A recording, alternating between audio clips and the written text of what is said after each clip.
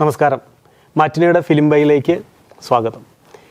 ഇന്ന് നമ്മൾ ഡിസ്കസ് ചെയ്യുന്ന ഡയറക്ടർ എന്ന് പറയുന്നത് മലയാളിയല്ല, പക്ഷെ മലയാളത്തിൽ ഒരു സിനിമ മാത്രമേ ചെയ്തിട്ടുള്ളൂ.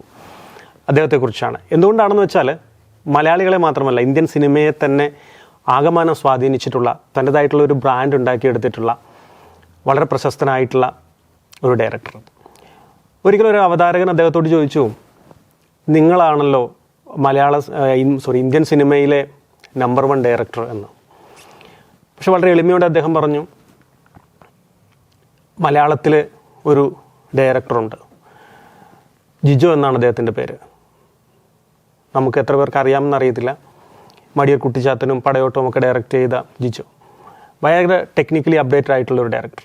അദ്ദേഹം എന്ന് പറയുന്ന ആ ഡയറക്ടർ ഇല്ലായിരുന്നുവെങ്കിൽ ഒരു പക്ഷേ ഇന്ത്യൻ സിനിമയുടെ നമ്പർ 1 ഡയറക്ടറായിട്ട് ഞാൻ അറിയപ്പെട്ടേനെ എന്ന് പറയാൻ മാത്രമുള്ള ഒരു എളിമയുള്ള ഒരു ഡയറക്ടർ. അദ്ദേഹത്തിൻ്റെ പേര് ഗോപാലരത്നം സുബ്രഹ്മണ്യം എന്നാണ്.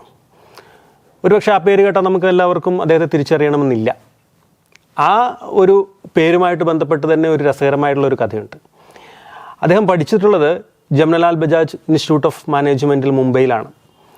അപ്പോൾ അദ്ദേഹത്തിൻ്റെ സീനിയേഴ്സൊക്കെ എല്ലാവരും വലിയ ഇൻ്റർനാഷണൽ കമ്പനികളിൽ അന്ന് വലിയ പോസ്റ്റുകളിൽ ഇരിക്കുന്ന ആൾക്കാരാണ്. അപ്പോൾ അദ്ദേഹത്തിൻ്റെ ഒരു സീനിയർ ഒരു ദിവസം റെയിൽവേ സ്റ്റേഷനിൽ വെച്ച് അദ്ദേഹത്തെ കണ്ടപ്പോൾ ചോദിച്ചു, എന്താ നീ ചെയ്യുന്നത്, നിന്നെപ്പറ്റി ഒരു അറിവും ഇല്ലല്ലോ. അപ്പോൾ അദ്ദേഹം വളരെ എളിമയോടെ, ഞാൻ ചെറിയ സിനിമകളൊക്കെ ചെയ്ത് അങ്ങനെ പോയിക്കൊണ്ടിരിക്കുകയാണ്.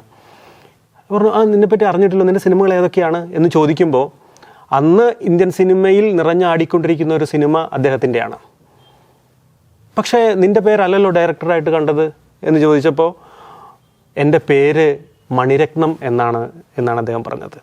കാരണം അദ്ദേഹത്തിൻ്റെ പേര് ഗോപാലരത്നം സുബ്രഹ്മണ്യം എന്നാണ്. ഒരു ബിസിനസ് അഡ്മിനിസ്ട്രേഷൻ പഠിച്ചതുകൊണ്ടാവാം തൻ്റെ പേരിനെ ഒരു ബ്രാൻഡാക്കി മാറ്റാൻ വേണ്ടിയിട്ട് സുബ്രഹ്മണ്യത്തിലെ മണിയും അച്ഛൻ്റെ പേരിലെ ഗോപാലരത്നത്തിലെ രത്നവും കൂടെ എടുത്ത് മണിരത്നം എന്ന് പറയുന്ന ഒരു പേര് അദ്ദേഹം ഉണ്ടാക്കി. ഒരു ബിസിനസ് ആണെങ്കിലും എന്താണെങ്കിലും അതിനൊരു ബ്രാൻഡ് നെയിം വേണമെന്നുള്ളതും വളരെ ഈസി ആയിട്ടുള്ള ഒരു പേര് തനിക്ക് വേണം എന്നുള്ള ഒരു ചിന്ത അല്ലെങ്കിൽ ഒരു ബിസിനസ് ബുദ്ധി അദ്ദേഹത്തിനുള്ളത് കൊണ്ടാവാം അദ്ദേഹം ഗോപാലരത്നം സുബ്രഹ്മണ്യത്തിൽ നിന്ന് മണിരത്നമായി മാറിയത്. അത് പിന്നീട് ഇന്ത്യൻ സിനിമയെ ആഗോളതലത്തിലേക്ക് അല്ലെങ്കിൽ ഇൻ്റർനാഷണൽ ലെവലിലേക്ക് അറിയപ്പെടുന്ന രീതിയിൽ ഉള്ള ഒരു പേരായിട്ട് മാറുന്നു ഈ ബ്രാൻഡ്. അത് മാത്രമല്ല, അദ്ദേഹത്തിൻ്റെ സിനിമയ്ക്ക് ഒരു ബ്രാൻഡുണ്ട്. മണിരത്നത്തിൻ്റെ സിനിമകൾക്ക് അതിൻ്റേതായിട്ടുള്ള ഒരു മൂല്യമുണ്ട്, അതിൻ്റേതായിട്ടുള്ള ഒരു ശൈലിയുണ്ട്. 1956 മധുരയിലാണ് അദ്ദേഹം ജനിച്ചത്. അദ്ദേഹം ഒരു സിനിമയുമായിട്ട് ബന്ധപ്പെട്ടിട്ടുള്ള ഒരു പരിചയമുള്ള ഒരു ഫാമിലിയിൽ നിന്ന് തന്നെയാണ്. വീനസ് എന്ന് പറയുന്ന ഒരു ഡിസ്ട്രിബ്യൂഷൻ കമ്പനിയിലാണ് അദ്ദേഹത്തിൻ്റെ അച്ഛൻ ഗോപാലരത്നം വർക്ക് ചെയ്തിരുന്നത്. വീനസ് കൃഷ്ണമൂർത്തി എന്നുള്ളത് അദ്ദേഹത്തിൻ്റെ അമ്മാവനായിരുന്നു. അദ്ദേഹം ഒരു പ്രൊഡ്യൂസറായിരുന്നു, ഒരു ഡിസ്ട്രിബ്യൂട്ടർ കൂടിയായിരുന്നു.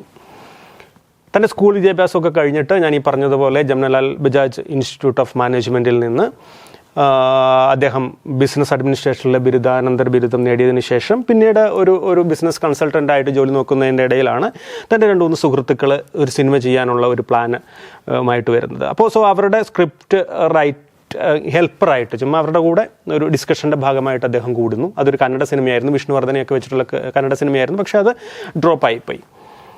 പിന്നീട് അദ്ദേഹം ചില സിനിമ ചർച്ചകളിലൊക്കെ PC ശ്രീരാമിനെ പോലുള്ളവരുടെ ഒരു സുഹൃത്തുക്കളെ ഒരു വലയം അദ്ദേഹത്തിന് കിട്ടുന്നുണ്ട്. അദ്ദേഹം പിന്നീട് തൻ്റേതായിട്ടുള്ള ഒരു സ്ക്രിപ്റ്റുമായിട്ട് ഒരുപാട് വർഷം പല ഡയറക്ടേഴ്സിനെ മീറ്റ് ചെയ്തു, പല പ്രൊഡ്യൂസേഴ്സിൻ്റെ അടുത്ത് പോയിട്ടുണ്ട്, PC ശ്രീരാമൊക്കെ ആയിട്ട്. പക്ഷേ അതൊന്നും നടന്നില്ല. ഈ സ്കൂൾ വിദ്യാഭ്യാസ കാലത്ത് അദ്ദേഹം ഈ പറയുന്ന പോലെ നമ്മുടെ ശിവാജി ഗണേശൻ്റെയും നാഗേഷിൻ്റെയും ഒക്കെ ഭയങ്കര ആരാധകനായിരുന്നു. അങ്ങനത്തെ സിനിമകൾ കണ്ടിട്ടുണ്ട്. പിന്നീട് K. ബാലേന്ദ്രൻ്റെ ഒരുപാട് സിനിമകൾ കണ്ടിട്ടൊക്കെ ആകൃഷ്ടനായിട്ടുള്ള ഒരു കാലഘട്ടമൊക്കെ അദ്ദേഹത്തിനുണ്ട്. അദ്ദേഹം തൻ്റെ സ്ക്രിപ്റ്റ് ഡയറക്റ്റ് ചെയ്യാൻ വേണ്ടിയിട്ട് അവസാനം ഒരു പ്രൊഡ്യൂസറെ കിട്ടാതെ വന്നപ്പോൾ അദ്ദേഹത്തിൻ്റെ അമ്മാവനെ തന്നെ വീനസ് കൃഷ്ണമൂർത്തിയെ തന്നെ സമീപിക്കുന്നു. അദ്ദേഹമാണ് പ്രൊഡ്യൂസ് ചെയ്യാമെന്ന് കേൾക്കുന്നു. ആ സിനിമ പക്ഷേ ഒരു കന്നഡയിലാണ് ആ സിനിമ ചെയ്യാമെന്നുള്ളൊരു പ്ലാൻ വരുന്നത്. പക്ഷേ അദ്ദേഹത്തിൻ്റെ ഒരു ബഡ്ജറ്റ് വളരെ കുറഞ്ഞ ഒരു ലെവലിൽ ചെയ്യണം എന്നുള്ളതായിരുന്നു. പക്ഷേ അദ്ദേഹം തൻ്റെ കൂടെ വെച്ചിട്ടുള്ള ടെക്നീഷ്യൻസൊക്കെ വളരെ നല്ല ടെക്നീഷ്യൻ, അന്ന് ബാലു മഹേന്ദ്രയും ബി ലലിനെയും ഇളയരാജയും ഒക്കെ കൊണ്ടുവന്നിട്ടാണ് അദ്ദേഹം ആ സിനിമ ചെയ്തത്. ആ സിനിമയിൽ നായകനായിട്ട് അഭിനയിച്ചത് പിന്നെ അനിൽ കപൂർ ആയിരുന്നു. അപ്പോൾ ആ സിനിമ എന്ന് പറയുന്നത് ഒരു പ്രായമായിട്ടുള്ള ഒരു സ്ത്രീയും പ്രായം കുറഞ്ഞ ഒരാളും തമ്മിലുള്ള ഒരു പ്രണയബന്ധത്തിൻ്റെ കഥയായിരുന്നു. അത് എൻ്റെ പേര് പല്ലവി അനുപല്ലവി എന്നാണ്. അതൊരു കന്നഡ സിനിമയായിരുന്നു. ഒരു ആവറേജ് സിനിമയായിട്ട് ഓടി ആ സിനിമ. ഒരു വലിയൊരു ഹിറ്റൊന്നും ആ സിനിമയ്ക്ക് നേടാൻ കഴിഞ്ഞില്ല.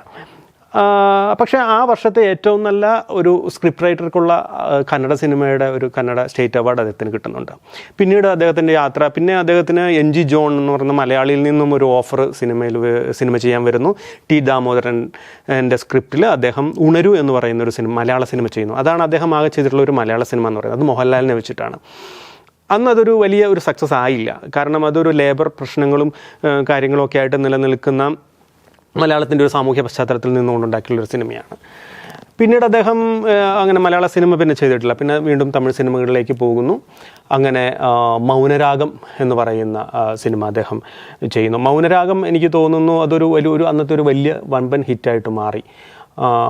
മൗനരാഗമാണ് അദ്ദേഹത്തെ ഒരു ഡയറക്ടർ എന്നുള്ള രീതിയിൽ ഒരു അദ്ദേഹത്തിൻ്റെ ഒരു ഫസ്റ്റ് അച്ചീവ്മെൻറ്റ് പറയാവുന്നത് മൗനരാഗമാണ്.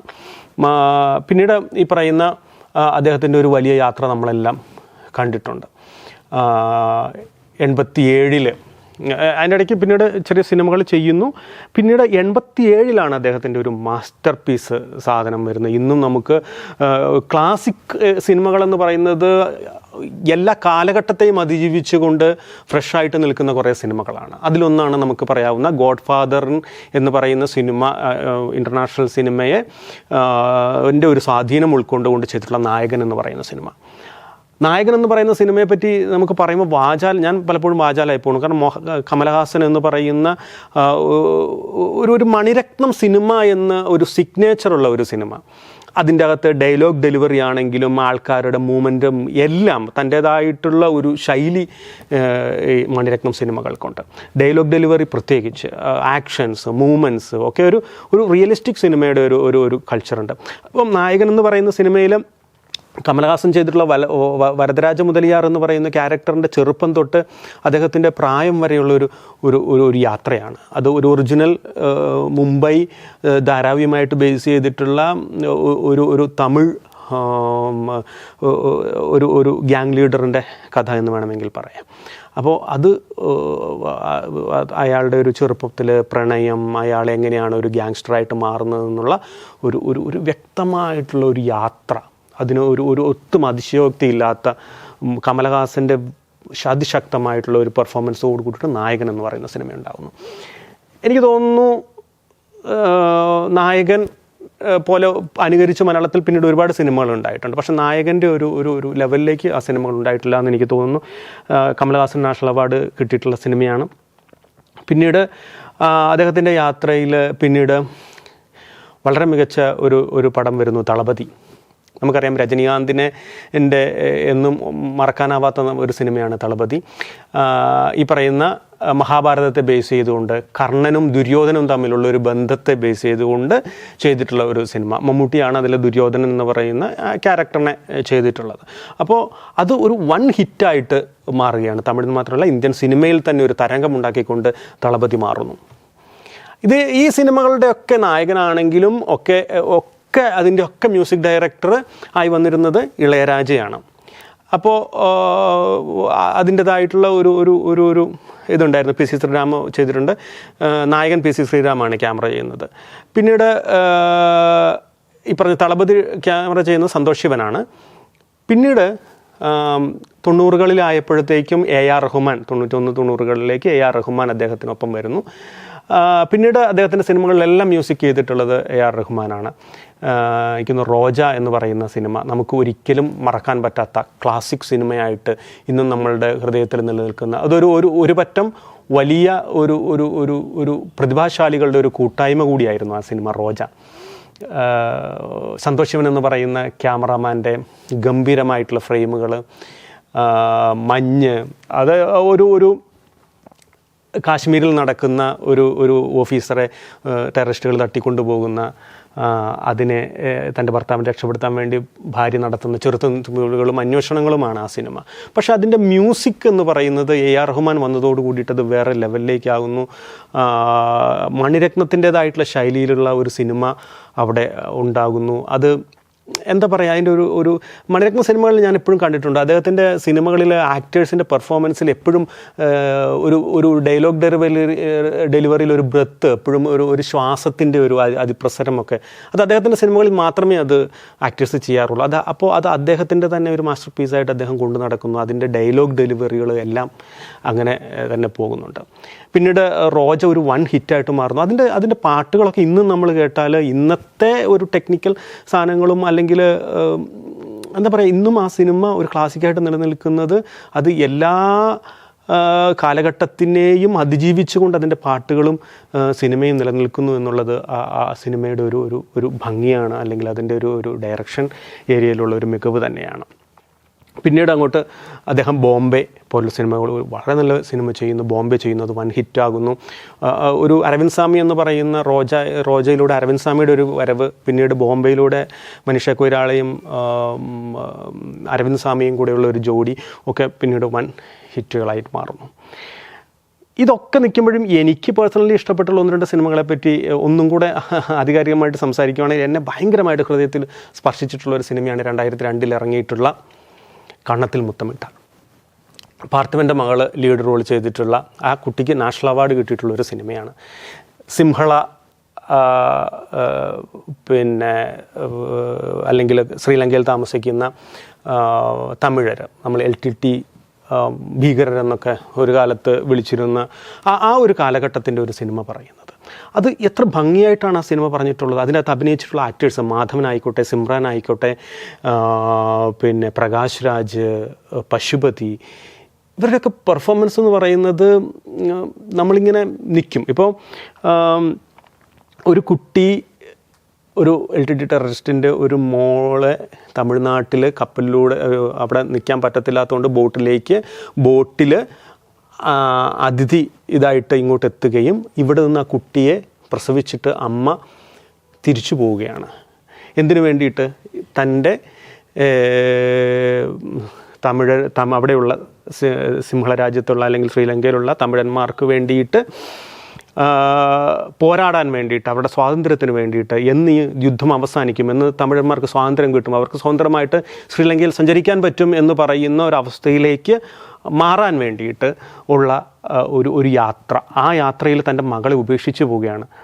ആ മകൾ വലുതാകുന്നു. ഇന്ദിര എന്ന് പറയുന്ന ഒരു പ്രശസ്തനായിട്ടുള്ള എഴുത്തുകാരൻ, മാധവൻ്റെ റോൾ ചെയ്യുന്ന, അവർ സ്വന്തം മകളെ പോലെ എടുത്തു വളർത്തുന്നു. പിന്നീട് അവർക്ക് 2 കുട്ടികളുണ്ടാകുന്നു. ഒരു പ്രായം എത്തുമ്പോൾ നീ ഞങ്ങൾക്ക് ദത്ത് കിട്ടിയ കുട്ടിയാണ് എന്ന് പറയും. ഈ ദത്തെടുക്കുന്നതൊക്കെ ഭയങ്കര മനോഹരമായിട്ടാണ്. ഇപ്പം മാധവൻ്റെയും സിമ്രാൻ്റെയും പ്രണയം കാണിച്ചിരിക്കുന്നത് ഭയങ്കര രസമായിട്ടാണ്. അത് നമ്മളെ ഇങ്ങനെ കോരിത്തിരിപ്പിക്കുന്ന സീനുകളാണ്. ദെൻ അവർ ആ കൊച്ചിന് നീ ദത്തെടുത്തതാണെന്ന് പറയുമ്പോൾ ഉള്ള ആ കൊച്ചിൻ്റെ ഇമോഷൻസ്, എനിക്ക് എൻ്റെ അമ്മയെ കാണണം എന്ന് പറയുന്ന തീവ്രമായ ആഗ്രഹത്തിനൊപ്പം ഇവർ 2 പേരും കൂടെ ഈ കൊച്ചിനെയും കൊണ്ട് അമ്മയെ കാണിക്കാൻ വേണ്ടി പോകണം. അമ്മ എവിടെയാണെന്നറിയില്ല, ആരാണെന്നറിയില്ല. ദെൻ അന്വേഷണത്തിൻ്റെ ഭാഗമായിട്ട് അമ്മയെ കണ്ടെത്തുന്നു. അമ്മ അന്ന് LTTയുടെ ഒരു നേതാവാണ്. അവർക്ക്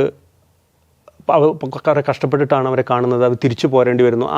ആ സമയം നമുക്ക് സിംഹള രാജ്യത്ത് നടക്കുന്ന അല്ലെങ്കിൽ ശ്രീലങ്കയിൽ നടക്കുന്ന വലിയ ബോംബിങ്ങുകളും അവിടെ നടക്കുന്ന വലിയ നാശനഷ്ടങ്ങളൊക്കെ വളരെ നന്നായിട്ട് പകർത്തിയിട്ടുള്ള സിനിമ. പിന്നീട് ഒരു സമയത്ത് തൻ്റെ അമ്മയെ ആ കൊച്ച് കണ്ടുമുട്ടുമ്പോൾ ആ സീൻ്റെ ഒരു തീഷ്ണത എന്ന് പറയുന്നത്, അല്ലെങ്കിൽ ഒരു തീവ്രത എന്ന് പറയുന്നത് നമ്മുടെ ഹൃദയത്തെ പിടിച്ച് കുലുക്കുന്നതാണ്. അതിൽ ശക്തരായിട്ടുള്ള കുറച്ച് ക്യാരക്ടേഴ്സ് ഇങ്ങനെ നിന്ന് പെർഫോം ചെയ്യുക. മാധവനുണ്ട്, സിമ്രാനുണ്ട്, പ്രകാശ് രാജുണ്ട്, പശുപതിയുണ്ട്, കുട്ടിയുണ്ട്, കുട്ടിയുടെ അമ്മയുണ്ട്. ഇവർ നിന്നൊരു പെർഫോമൻസ്, ഒരു മിനിറ്റുകളോളം നേരത്തെ പെർഫോമൻസ്, ഏതൊരാളും ആ സിനിമ നിങ്ങൾ കാണേണ്ട, ആ സീൻ മാത്രം കണ്ടാൽ മതി, നമ്മൾ കരഞ്ഞു പോകുന്ന രീതിയിലുള്ള പെർഫോമൻസ്. ആ കുട്ടി അമ്മയോട് ചോദിക്കാൻ കുറച്ച് ചോദ്യങ്ങൾ എഴുതി വരുന്നുണ്ട്. ആ ചോദ്യങ്ങൾ ആ കുട്ടിക്ക് ചോദിക്കാൻ പറ്റുന്നില്ല. ആ ചോദിച്ച് തീരുമ്പോൾ അമ്മ പറയുന്നത്, ഞാൻ നിന്നെ ഒരു പ്രാവശ്യം മാത്രമേ തൊട്ടിട്ടുള്ളൂ, ഞാൻ തിരിച്ചു പോകുന്നു. കാരണം ഞാൻ നിന്നെ എടുത്തു പോയാൽ ഞാൻ വീണ്ടും ഒരു അമ്മയായി മാറുമോ എന്നുള്ള സംശയം കൊണ്ട് ഞാൻ നിന്നെ ഒരു പ്രാവശ്യം തൊട്ടിട്ടുള്ളൂ എന്ന് പറയുന്നു.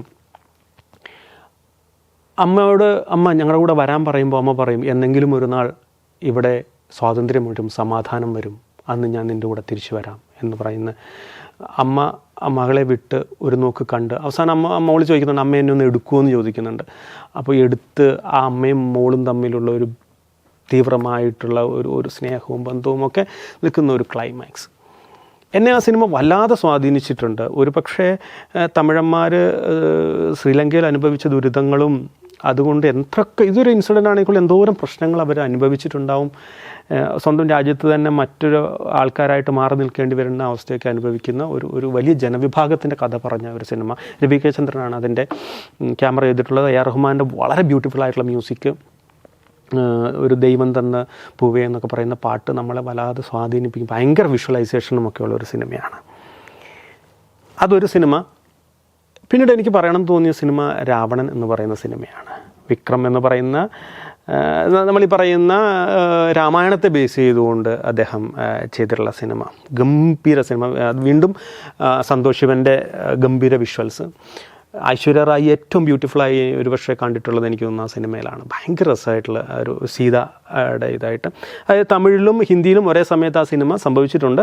അഭിഷേക് ബച്ചൻ ആയിരുന്നു രാവണായിട്ട് ഹിന്ദിയിൽ ചെയ്തത്, വിക്രമായിരുന്നു തമിഴിൽ.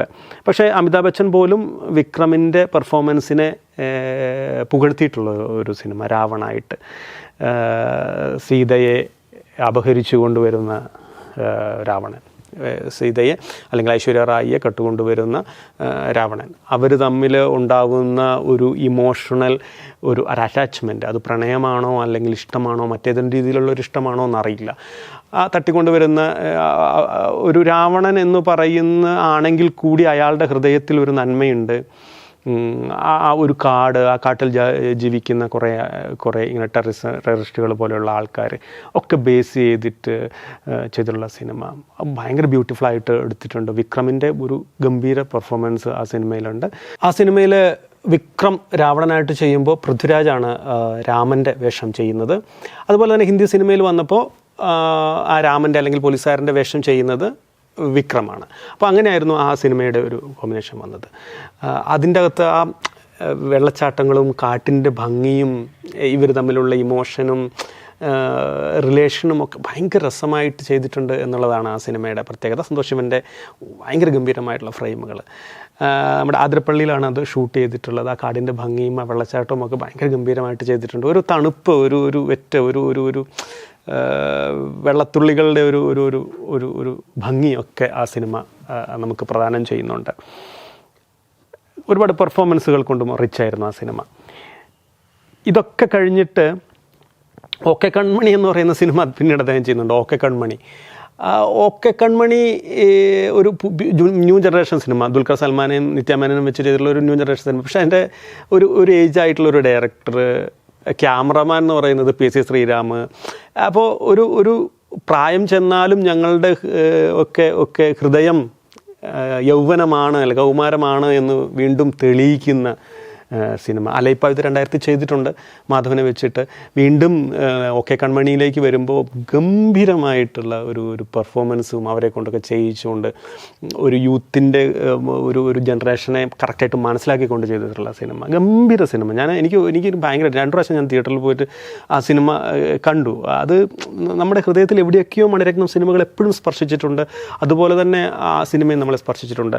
പിന്നെ ഇങ്ങോട്ട് വരുമ്പോൾ കാട്ടുവിളയുടെ തൻ്റെ അസിസ്റ്റൻറ്റ് ഡയറക്ടറായിരുന്നു ഒരു സമയത്ത് കാർത്തിയെ വെച്ചിട്ട് ചെയ്തിട്ടുള്ള സിനിമ. അതിൻ്റെ അകത്ത് ചില സീനുകളൊക്കെ നമ്മളെടുത്ത് പറയുമ്പോൾ അതിൻ്റെ അകത്ത് ഹെലികോപ്റ്ററിൽ അല്ലെങ്കിൽ ആ ചെറിയ വിമാനത്തിൽ ഇവർ രണ്ടുപേരും കൂടെ പോകുന്ന ഒരു സീനുണ്ട്. അപ്പോൾ അതിൻ്റെ അകത്ത് ഇവരുടെ പെർഫോമൻസ്, ഇവർ തമ്മിലുള്ള സംഭാഷണങ്ങളൊക്കെ ചിത്രീകരിച്ചിരിക്കുന്ന രീതിയൊക്കെ നമ്മളെ ഭയങ്കരമായിട്ട് അതാണ് മണിരത്നത്തിൻ്റെ ഒരു സിനിമയുടെ പ്രത്യേകത. അവർ കണ്ണുകൊണ്ടുള്ള അഭിനയം, ആക്ടേഴ്സിനെ കൊണ്ട് അങ്ങോട്ട് തൻ്റേതായിട്ടുള്ള ഒരു ശൈലിയിൽ അങ്ങോട്ട് ചെയ്യിച്ചെടുക്കും. ഡയലോഗ് ഡെലിവറി ആയിക്കോട്ടെ, അവരുടെ കണ്ണിൻ്റെ ചലനം വരെ ഒരു പ്രത്യേക രീതിയിലാണ് മണിരത്നം തൻ്റെ സിനിമകൾ ഡയറക്റ്റ് ചെയ്യുന്നത്, തൻ്റെ സീനുകൾ എക്സിക്യൂട്ട് ചെയ്യുന്നത്, ആക്ടേഴ്സിനെ കൊണ്ട് പെർഫോം ചെയ്യിക്കുന്നതെന്നൊക്കെ പറയുന്നത്. പിന്നീട് ഇങ്ങോട്ട് വരുമ്പോൾ പൊന്നിയിൻ സെൽവൻ എന്ന് പറയുന്ന സിനിമ 2 ഭാഗങ്ങളായിട്ട് അദ്ദേഹം ചെയ്യുന്നു.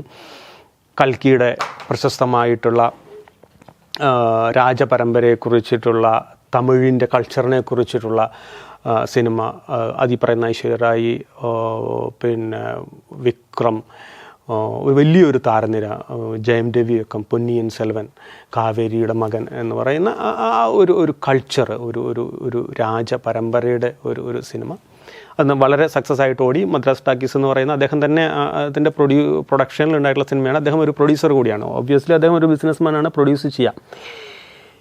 ഇനി അദ്ദേഹത്തിൻ്റെ വരാൻ പോകുന്നു, അദ്ദേഹം തൻ്റെ ജൈത്രയാത്ര 1983 തൊട്ട് നിർത്താതെ തുടർന്നുകൊണ്ടിരിക്കുകയാണ്. ഇന്നും അനുസ്യൂതം തുടർന്നുകൊണ്ടിരിക്കുന്നു എന്നുള്ളതാണ് അദ്ദേഹത്തിൻ്റെ തഗ് ലൈഫ് എന്ന് പറയുന്ന ഒരു സിനിമ അണിയറയിൽ ഉണ്ടായിക്കൊണ്ടിരിക്കുന്നു. വലിയ ഒരു താരനിരയുമായിട്ട് ആ സിനിമ അടുത്ത വർഷം തന്നെ ഉണ്ടാവുമെന്ന് വിചാരിക്കുന്നു.